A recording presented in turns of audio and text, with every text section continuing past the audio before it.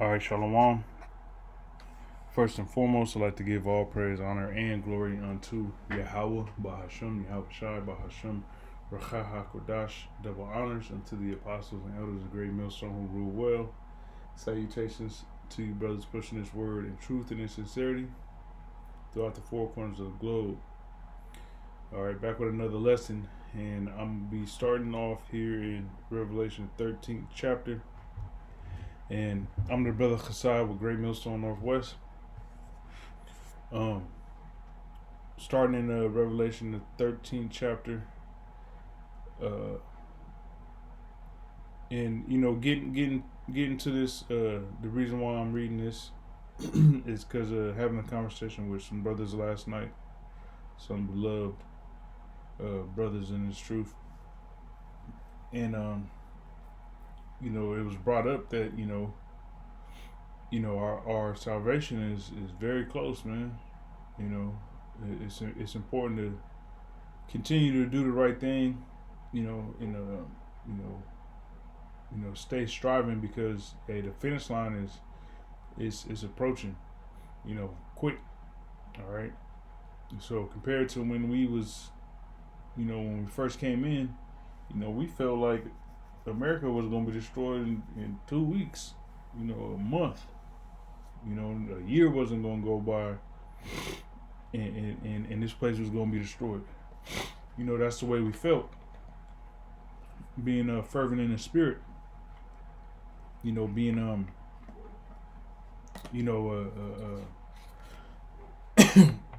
full of that spirit, and of course, we've become more seasoned, all right, yet still hopeful. Okay, so Revelation 13 and 11, it says, and that knowing the time, that now it is high time to awake out of sleep, for now is our salvation nearer than when we believed. All right, so our salvation is nigh. Okay, there's a lot of prophecies that have taken place from the time that brothers have woken up until now. All right, in particular, brothers that woke up during the YouTube era, the beginning of the YouTube era. All right, certain brothers woke up 2007, 2008, 2009, 2010, 11, 12, so from that era until now, there's a lot of things that have transpired and taken place as far as prophecy. Okay, in which there's only a couple major prophecies left. Okay, the MOTB, destruction of Babylon, and salvation. All right, Jacob's trouble, salvation, which the destruction of Babylon and the salvation of the elect is they go hand in hand. Okay. Verse 12, it says, the night is far spent, the day is at hand. Let us therefore cast off the works of darkness, and let us put on the armor of light. And that's what we did initially coming into this knowledge. All right, we cast off the works of darkness and put on the armor of light, and that had us, look crazy to family members. Your family thought you were bugged out, thought you were in a cult. All right, which cult simply means worship. All right, but they thought you were in a cult, not knowing the meaning of words on their end. All right, they cast you away. They write you off as being a bug out. But that it was well worth it, because we're casting off the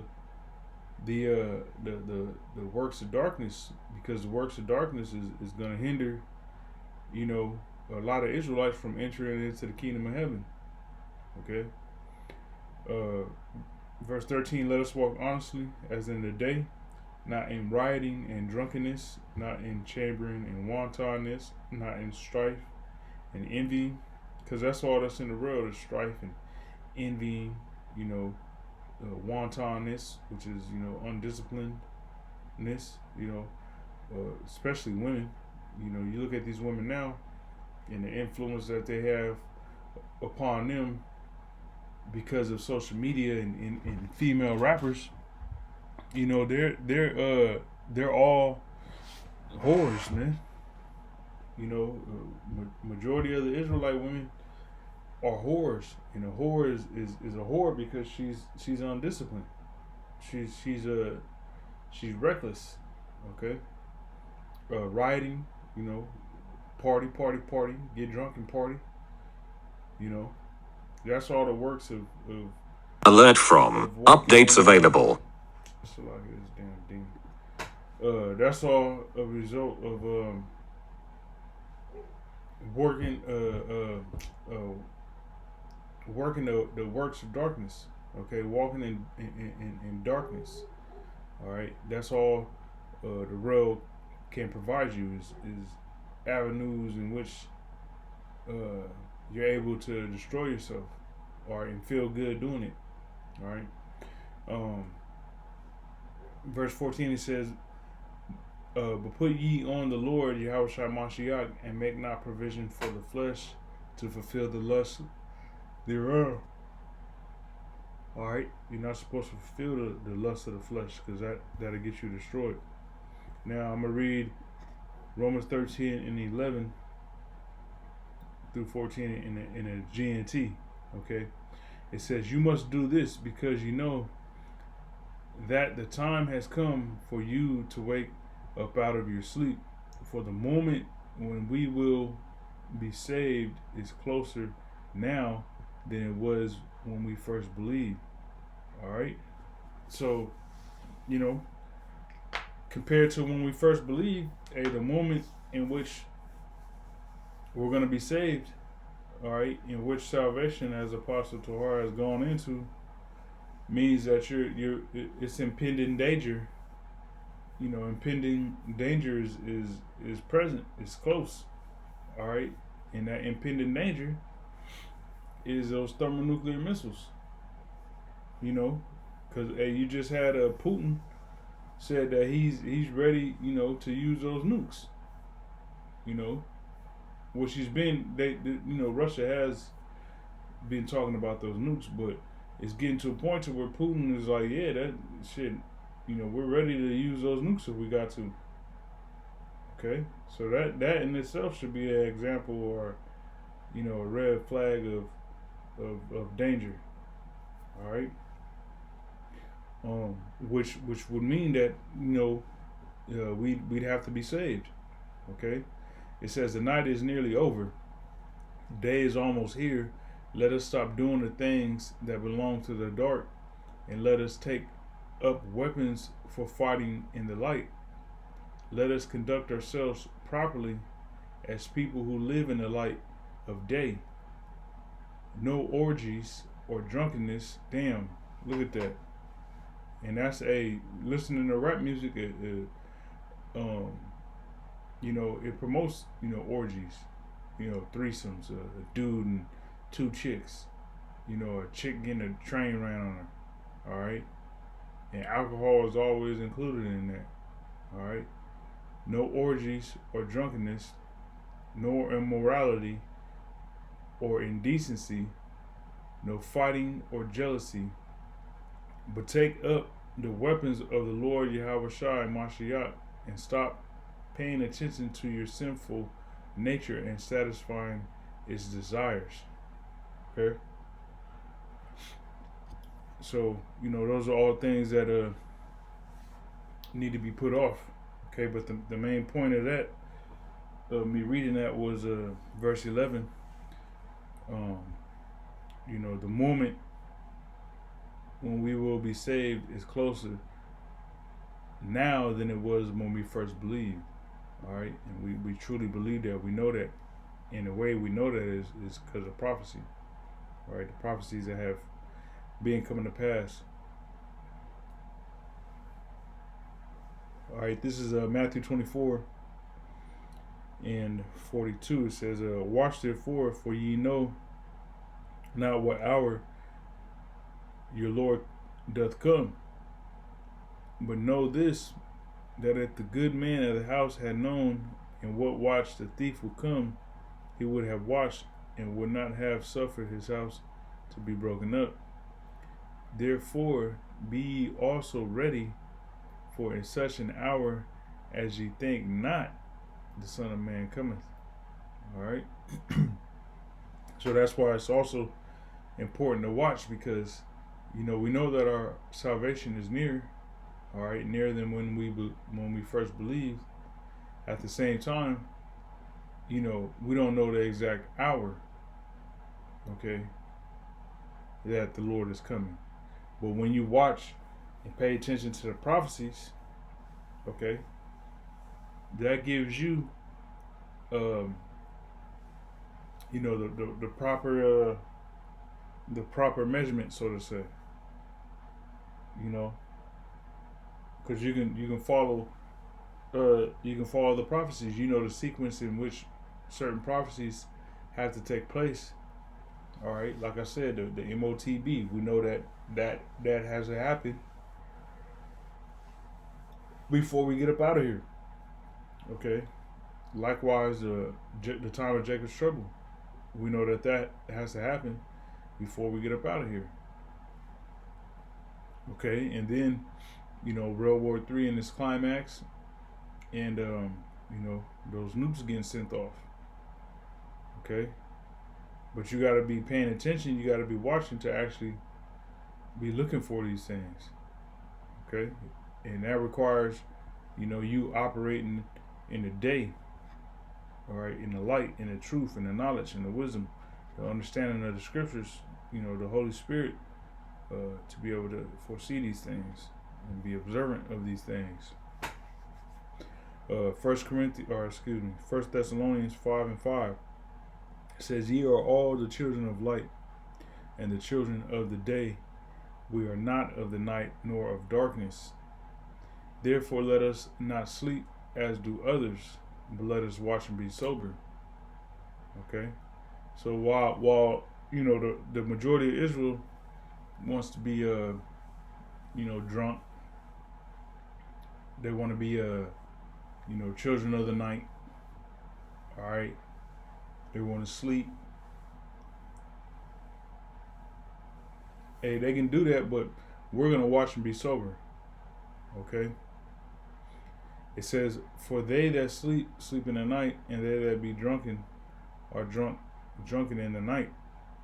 But let us who are of the day be sober, putting on the breastplate of faith and love, and for an helmet the hope of salvation." You know what I'm saying? The hope of salvation, and that salvation, like I said, and like the scriptures say, first and foremost, is nearer than when we first believed, man. All right, because you gotta think, man. Somebody who's a drunkard and is into partying and reveling. All right, they're gonna a lot of time of theirs is gonna be spent recovering, while it's day outside. All right, brothers know when you was young, you know what I'm saying, which we ain't hella old like that, but your teens, your 20s. All right, you might get drunk, go to a party, go to the club. You know what I'm saying? You've been up all night. With a woman. Doing the nasty, drunk. All right, that next day. All right, I'm speaking from the perspective of the military. Brothers that was in the military. You 9 to 5 during the week. You waking up hella early. You know what I'm saying? Before the sun's even up, doing PT, running, exercising. You might have a PT test. You might go to the gym, 2-mile run, ruck march, whatever the case may be. All right, you doing different things during the week. Early in the morning while everybody sleep, we're doing more before breakfast than most people do all day. All right, and then after PT, shower, you eat, and you go to work, starting at 9, and then you get off at 5. You do that all week. So when the weekend roll around, all you want to do is party. You know what I'm saying? You want to party. You got some aggression that you want to take out on something new. Something that you might have pulled the previous weekend at the club, and you trying to line that up. You know what I'm saying? So the point is, like, you having fun. At the club, getting drunk, link up with a chick. Y'all up all night. Don't go to sleep till the sun come up. So the rest of Saturday, you sleep damn near all day Saturday. And then what do? You wake up, evening, Saturday, all right, going into Sunday, take a shower and get some food and brush your teeth and do all that, get dressed, and you go out to the club and you do it all over again. You know what I'm saying? So, okay, Saturday night, you doing, same thing, they're up all night. You know what I'm saying? And then you sleep all day Sunday. You know what I'm saying? And if you're a real savage, as they say in the world, you do it Sunday too. And go right to PT Monday morning, tired as hell, looking like a zombie. Okay? But that's the spirit of the world, man. Okay, people that's in the world that operate in the night. That's their agenda. That's their course in this world. All right, but that's not to be the course for a man of the Lord. We woke up out of that sleep. Okay. Verse 7 again. It says, "For they that sleep in the night, and they that be drunken are drunken in the night. But let us who are of the day be sober, putting on the breastplate of faith and love, for in the helmet the hope of salvation." Because we have hope that we're going to be delivered, because we don't operate in the night. Okay? We put off the works of this world. It says, "For the Most High had not appointed us to wrath, but to obtain salvation by our Lord Yahushua, Mashiach, who died for us, that whether we wake or sleep, we shall live together with him." All right, because you have brothers that have actually passed in this truth. All right, but if you passed on to the spirit world, being in this truth, you know what I'm saying? Both, brothers that remain and brothers that's currently in the spirit world, are gonna, pretty much live together with the Lord. Because when we get delivered, Lord willing, hey, those brothers is gonna be right there, ready to meet us, upon arrival. Okay, wherefore comfort yourselves together and edify one another, even as also ye do. All right, so the Lord, you coming into this truth, you gotta have faith that the Lord hasn't appointed you to wrath, but to obtain salvation by the Lord Yahushua Mashiach. Because that's the point of coming into the truth. The point of coming into the truth is to receive salvation, man, and to actually be in, Great Millstone. All right, that has the 100% truth. All right, preaching the correct doctrine. All right, that's a blessing. Okay, that's a true blessing. Luke 21 and 25. It says a return of Hamashiach. It says, "And there shall be signs in the sun and in the moon and in the stars, and upon the earth distress of nations with perplexity, the sea and waves roaring." All right, so there's going to be all kind of things taking place on the earth, as well as in the heavens, that are signs of the Lord's return. Just like you got the the eclipse. I forget what is it, the lunar eclipse. if I'm not mistaken. That's going to be taking place. I think it's a solar eclipse, either a lunar eclipse that's going to be taking place, but it's going to mark the X across America. You know,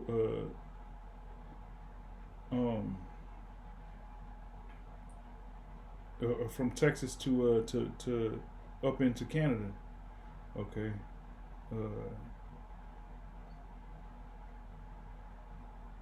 Bear with me.